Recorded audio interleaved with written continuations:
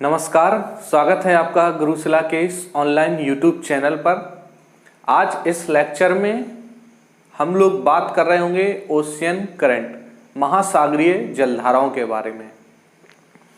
पूरा लेक्चर हम लोग महासागरीय जलधाराओं को मैपिंग के माध्यम से समझने वाले हैं, क्योंकि मैपिंग के माध्यम से समझने से क्या होता है, हमारे माइंड में इमेज डेवलप होती है और वो इमेज चीज़ों को याद रखने में हमारी मदद करती है।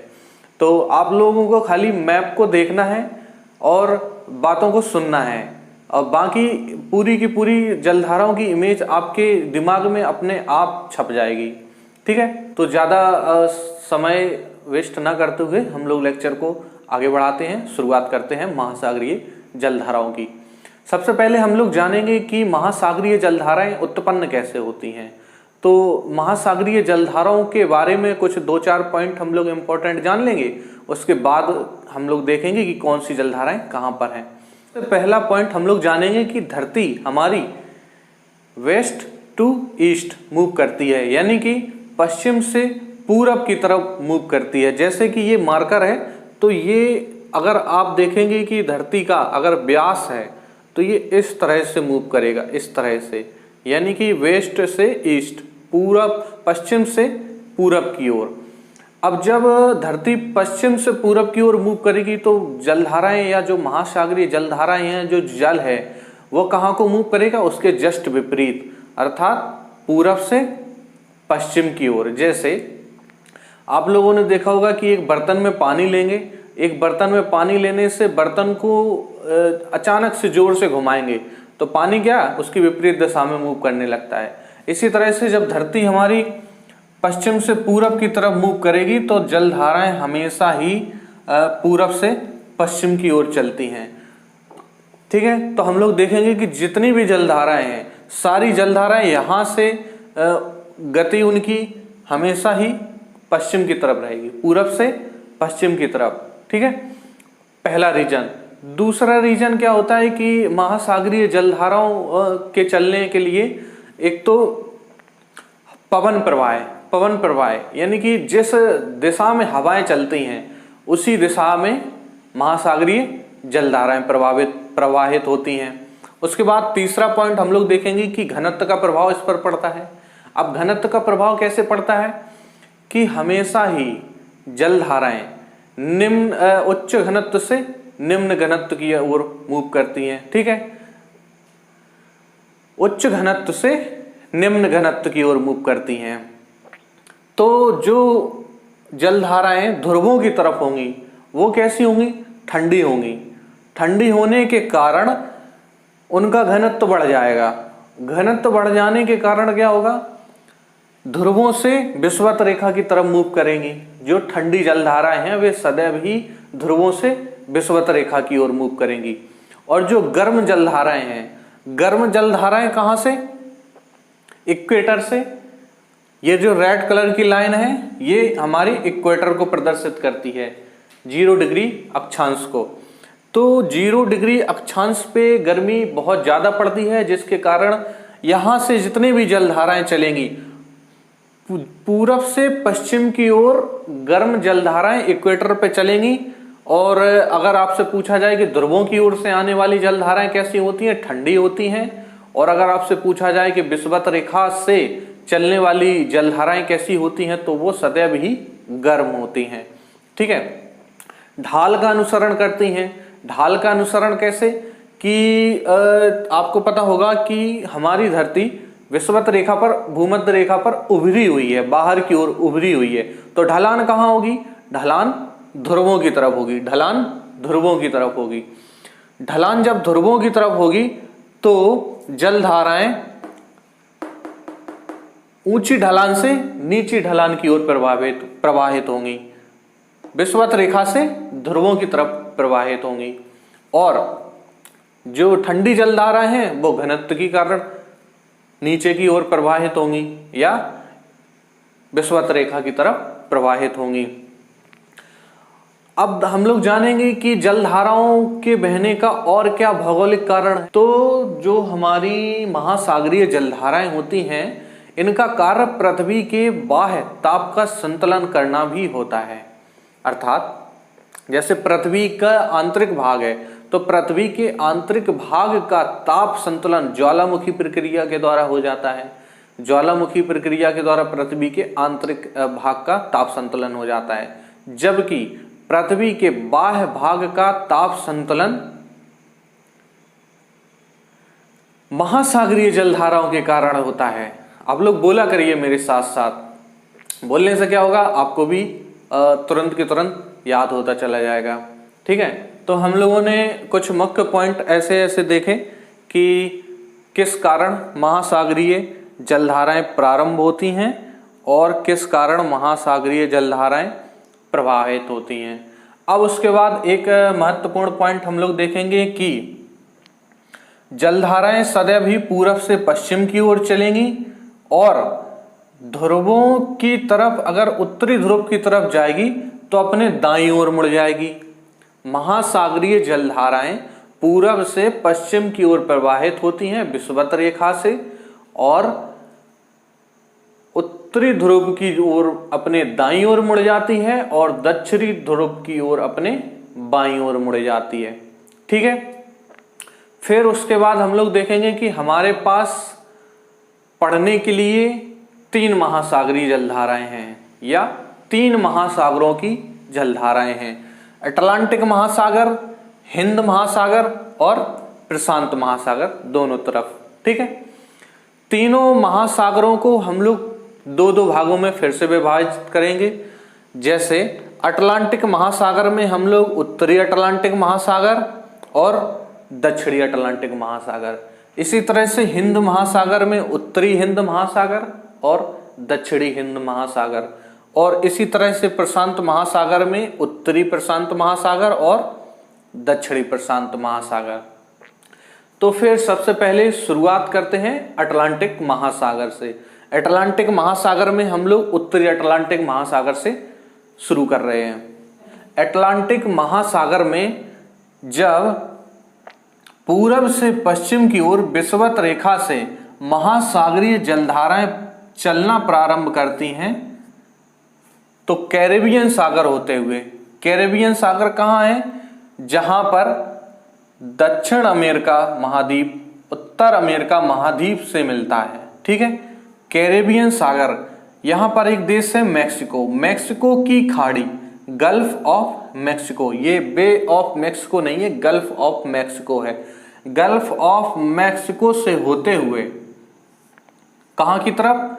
उत्तरी ध्रुव की ओर मूव करती है, उत्तरी ध्रुव की ओर मूव करती है। तो मैक्सिको की अगर जलधारा आपसे पूछा जाए तो कैसी होगी? गर्म होगी, क्योंकि अभी गर्म जलधारा चल रही है। फिर इसका नाम क्या होता है? Gulf stream. गल्फ स्ट्रीम नाम लेकर के ये जलधारा आगे उत्तरी ध्रुव की ओर मूव करती है। अब अगर आपसे पूछा जाए कि फ्लोरिडा की जलधारा कैसी है, तो हम लोगों को ध्यान रखना है कि ये स्थान कैसा है, ये स्थान का नाम क्या है? फ्लोरिडा। और जलधारा कैसी है? गर्म है। या गल्फ स्ट्रीम जो जलधारा है या फ्लोरिडा की जलधारा है तो वो कैसी है? गर्म जलधारा है। यहां से एक जलधारा मूव करती है लेब्राडोर, लेब्राडोर। ठीक है, कहीं पे यहां लिख दे रहा हूं मैं, लेब्राडोर। ये आपका कनाडा देश है, यहां से अलास्का है और ये ग्रीनलैंड है। क्या है? ग्रीनलैंड।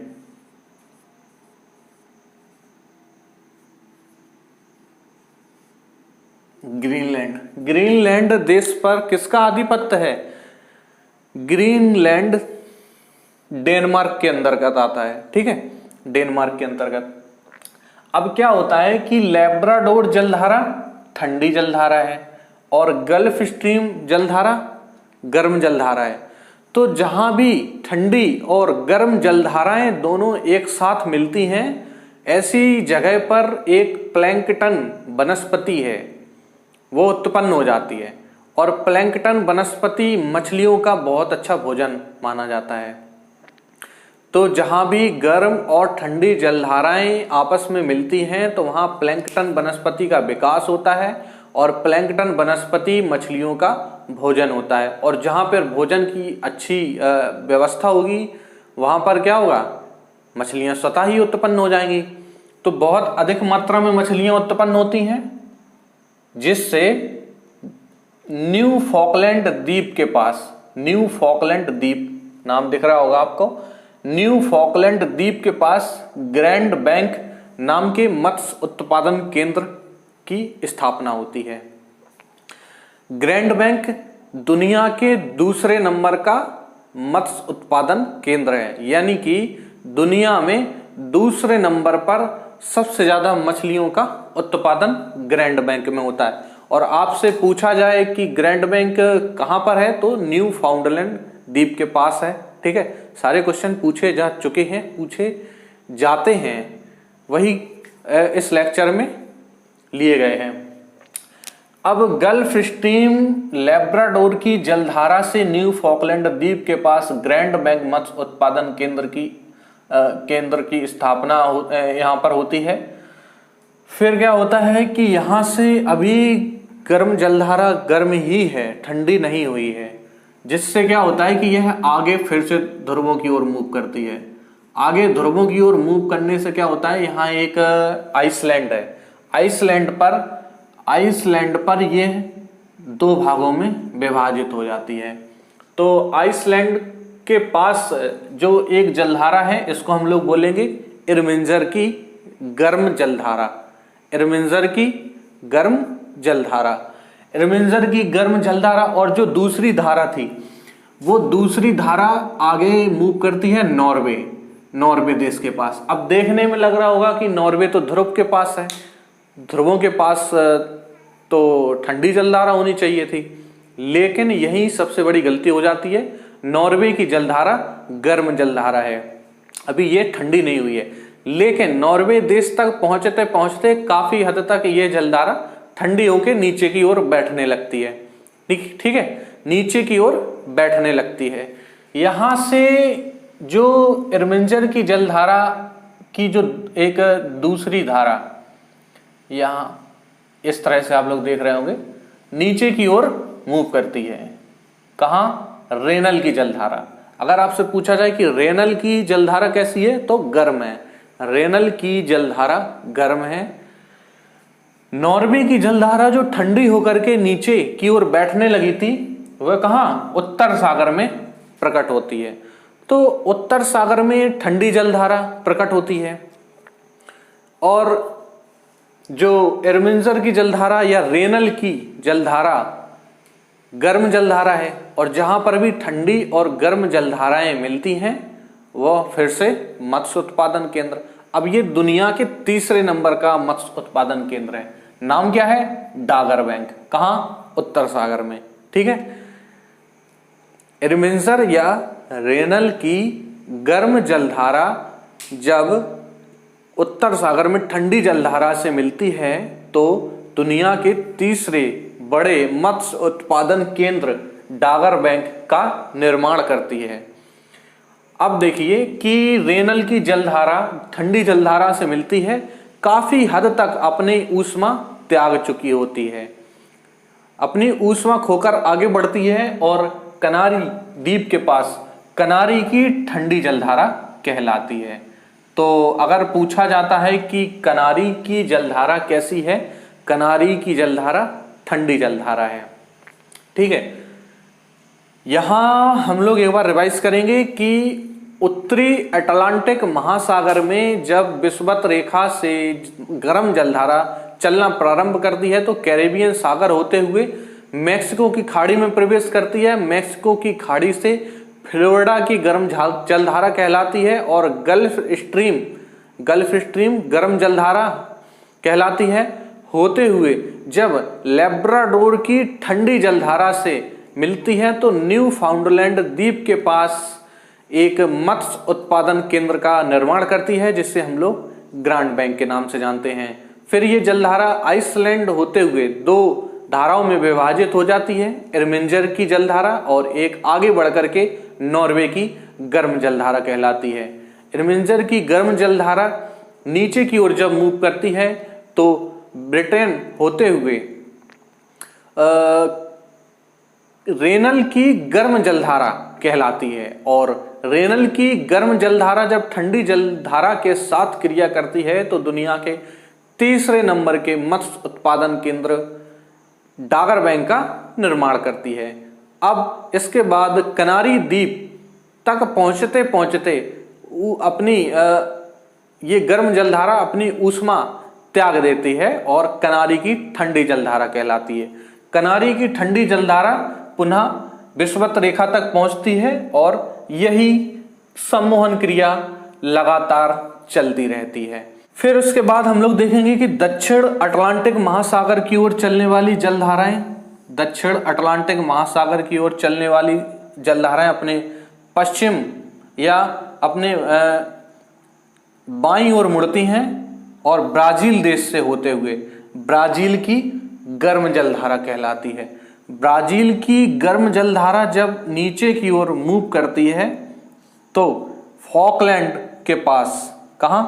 फॉकलैंड के पास दक्षिणी ध्रुव से आने वाली जलधाराओं से टकराती है।